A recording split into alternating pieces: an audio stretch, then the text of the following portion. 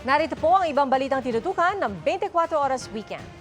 Nakauwi na sa Pilipinas ang 11 tripulanteng Pilipinong sakay ng MV Magic Seas na inatake ng grupong Houthi sa Red Sea. Nakatutok si EJ Gomez. Balik Pilipinas na ang 11 tripulanteng Pilipino na crew ng lumubog na MV Magic Seas matapos atakihin ng Houthi rebels noong Lunes, July 7.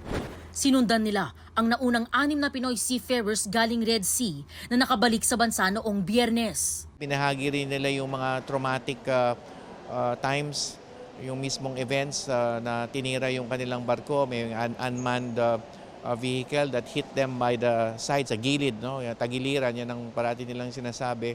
And of course, mga armed forces ng Houthis na naroon. Most important thing is nakauwi sila ng ligtas. And they were all in good spirits. They were all happy to be home and be reunited with their families.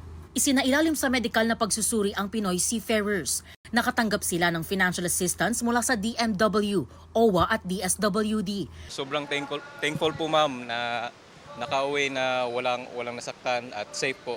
At siyempre masaya kasi makakasama din namin yung pamilya namin. Pasalamat lang po kami sa gobyerno po, sa OWA, sa DFA, sa tulong na binigay na at sa madam namin sa agency namin. Pasalamat po kami kay Presidente BBM po.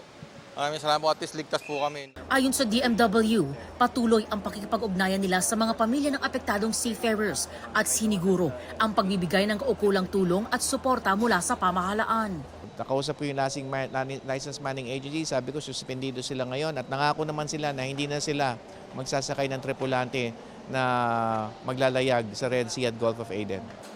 Para sa GMA Integrated News, EJ Gomez, nakatutok, 24 Oras. So, nega pa, sir.